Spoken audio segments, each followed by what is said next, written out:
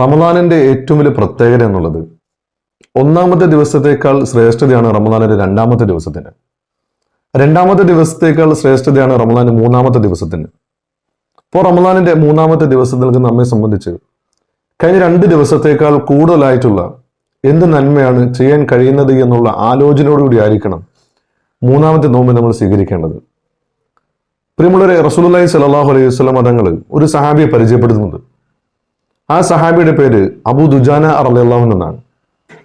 അബൂ ദുജാന റളിയല്ലാഹു അൻഹു മദീനയിലൂടെ പോകുമ്പോൾ പ്രവാചകൻ സല്ലല്ലാഹു അലൈഹി വസല്ലമ രക്തസാക്ഷി പോകുന്നത് നിങ്ങൾക്ക് കാണണമെങ്കിൽ അതേ പോകുന്നു എന്ന് പറഞ്ഞ് റസൂലുള്ളാഹി സ്വല്ലല്ലാഹു അലൈഹി വസല്ലമ അബൂ ദുജാന റളിയല്ലാഹു അൻഹുവിനെ കൈ ചൂണ്ടിക്കാണിക്കുമായിരുന്നു.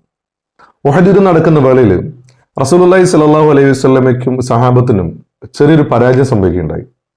ആ പരാജയത്തിൽ മുഹമ്മദ് മുസ്തഫ തങ്ങളെ വധിക്കുക എന്നുള്ള ഒറ്റ ലക്ഷ്യത്തോടു കൂടി മക്ക മുശ്രിക്കുകൾ റസൂലുള്ളാഹി സ്വല്ലല്ലാഹു അലൈഹി വസല്ലമയ്ക്ക് നേരെ അമ്പെയ്യാൻ തുടങ്ങി.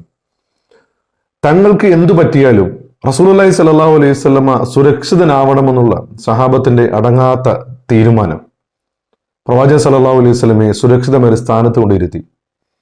പ്രവാചകൻ സല്ലല്ലാഹു അലൈഹി വസല്ലമ ശത്രുക്കൾക്കിടയിലേക്ക് നോക്കുമ്പോഴും മുഹമ്മദ് മുസ്തഫയുടെ നേരെ നിൽക്കുന്ന അബൂ ദുജാന റളിയല്ലാഹു അൻഹു പറയും, നബിയെ അങ്ങ് നോക്കരുത്. റസൂലുള്ളാഹി സ്വല്ലല്ലാഹു അലൈഹി വസല്ലമ അബൂ ദുജാന റളിയല്ലാഹു അൻഹുവിനെ മാറ്റി വീണ്ടും ശത്രുക്കൾക്കിടയിലേക്ക് നോക്കും. അപ്പോഴും റസൂലുള്ളാഹിയോട് അബൂ ദുജാന പറയും, പുന്നാര നബി അങ്ങ് പുറത്തേക്ക് നോക്കരുത്. അങ്ങയുടെ ശബ്ദം കേൾക്കുകയോ അങ്ങയുടെ നിഴൽ കാണുകയോ ചെയ്തു കഴിഞ്ഞാൽ മക്ക മുശ്രിക്കുകളായ ആളുകൾ അങ്ങേ അമ്പെയ്ത് കൊല്ലുമെന്ന് പറഞ്ഞ് റസൂലുള്ളാഹി സ്വല്ലല്ലാഹു അലൈഹി വസല്ലമ തങ്ങൾക്ക് ചുറ്റിലും അബൂ ദുജാന ഒറ്റയ്ക്ക് ഇന്നൊരു മതിൽ തീർക്കുന്നുണ്ട്. പ്രിയമുള്ള സഹോദരങ്ങളെ, ചരിത്രം പരിശോധിച്ച് നോക്കിക്കഴിഞ്ഞാൽ അബൂ ദുജാന റളിയല്ലാഹു അൻഹുവിന്റെ ദേഹത്ത് നിന്ന് തറച്ച ദേഹത്തിന് 19ഓളം ഇരുമ്പിന്റെ അമ്പുകളാണ്.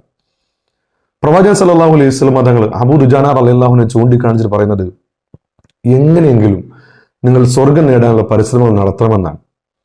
റമദാൻ നമുക്ക് അത്തരത്തിൽ സ്വർഗം നേടിയെടുക്കാനുള്ള വലിയൊരു അവസരമായിട്ടാണ് അല്ലാഹു തആല പരിചയപ്പെടുത്തുന്നത്.